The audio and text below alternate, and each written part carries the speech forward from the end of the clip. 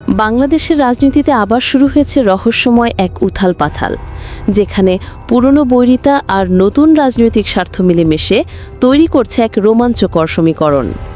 একসময় মুখোমুখি থাকা শক্তি, অভিযোগ, অভিসন্ধিতে জর্জরিত এই সম্পর্ক এখন হঠাৎ করে নরম সুরে কথা বলতে শুরু করেছে।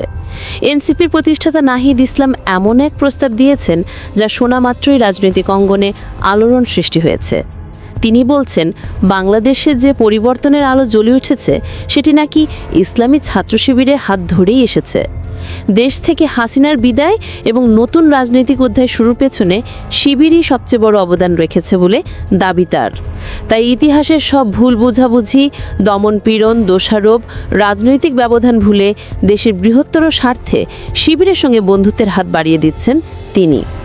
তার এই অবস্থান শুনে কেউ বলছে এটি সাহসী পদক্ষেপ, আবার কেউ প্রশ্ন তুলছে এটি কি আদর্শের জোট নাকি নিছক ক্ষমতার লেনদেন। কারণ রাজনীতিতে এমন অনেক সময় দেখা গেছে যে যারা রাতারাতি বন্ধু হয় তারা আবার রাতারাতি শত্রু হয়ে যায়। শিবিরের ইতিহাসে আছে সংগ্রাম, আছে ত্যাগ, আছে আদর্শের প্রতি অটুট অঙ্গীকার। যে সংগঠন শত অত্যাচারের মধ্যেও টিকে থেকেছে, নিজের অবস্থান থেকে সরে আসেনি, সেই সংগঠন কি এত সহজেই বন্ধুত্ব করবে এমন একজন নেতার সঙ্গে যাকে নিয়ে শিবিরের নির্দিষ্ট কিছু অভিযোগ ছিল? প্রশ্নটা এখানেই জমাট বাঁধছে। শিবিরের অভ্যন্তরে আলোচনা হচ্ছে খুব সূক্ষ্ম ও কৌশলগতভাবে। তারা ভাবছে রাজনৈতিক জোট মানে কি শুধু হাতে হাত রেখে ছবি তোলা, নাকি আদর্শিক মিল, বিশ্বাস, মূল্যবোধ, সংকটের সময় একসঙ্গে দাঁড়ানোর অঙ্গীকার?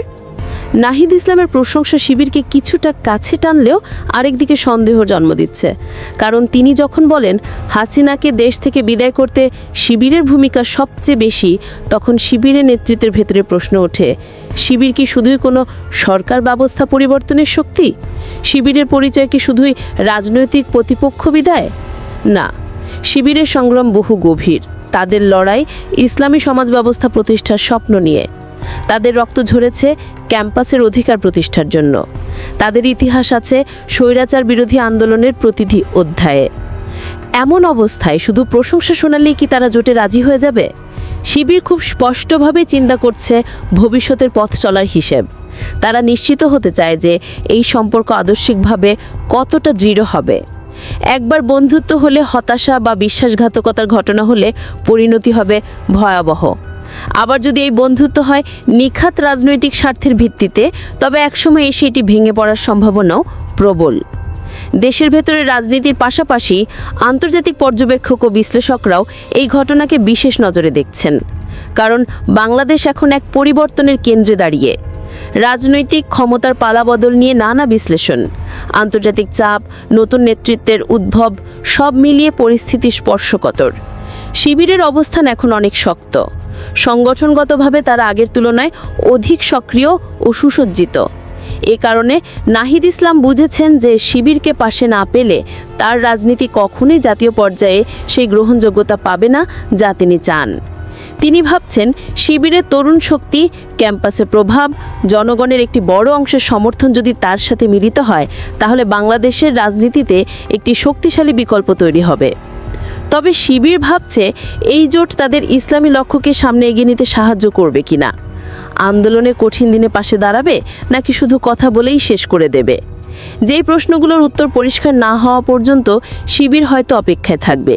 কারণ তারা বুঝে গেছে প্রতিটি ভুল সিদ্ধান্ত ভবিষ্যতের সংগ্রামকে আরও কঠিন করে তুলবে। এখন পুরো দেশের চোখ শিবিরের দিকে। কী সিদ্ধান্ত আসে সেটাই নির্ধারণ করবে আগামী দিনের রাজনৈতিক মানচিত্র। শিবির যদি বলে হ্যাঁ আসুন দেশের জন্য একসাথে কাজ করি, তাহলে এক নতুন জোট, এক নতুন সম্ভাবনার দরজা খুলে যাবে। নাহিদ ইসলামের স্বপ্ন তখন পাখা মেলে উড়ে যাবে। কিন্তু যদি শিবির স্পষ্টভাবে বলে বিশ্বাসের ভিত্তি না থাকলে কোনো সম্পর্ক নয়, তাহলে এই স্বপ্ন শুরু হবার আগেই শেষ হয়ে যাবে। রাজনীতিতে প্রতিটি মুহূর্ত ইতিহাসের পাতা তৈরি করে। এই মুহূর্ত সম্ভবত তেমনই। নাহিদ ইসলামের প্রস্তাব এখন শিবিরের টেবিলে যেন খামে ভরা রহস্যময় এক আমন্ত্রণপত্র। সেই খাম খোলা হবে কি হবে না, সিদ্ধান্তটা এখন পুরোপুরি শিবিরের হাতে। বৈন্ধত্বের সেতু তৈরি হবে নাকি অতীতের দেয়াল আরও উঁচু হবে, বাংলাদেশ এই উত্তরের অপেক্ষায় আছে নিঃশ্বাস বন্ধ করে। ভবিষ্যতের আলো উঠবে নাকি পুরনো অন্ধকার আবারও ফিরে আসবে, এই রাজনৈতিক খেলায় এখন শেষ সিদ্ধান্তের পালা ইসলামী ছাত্র শিবিরের।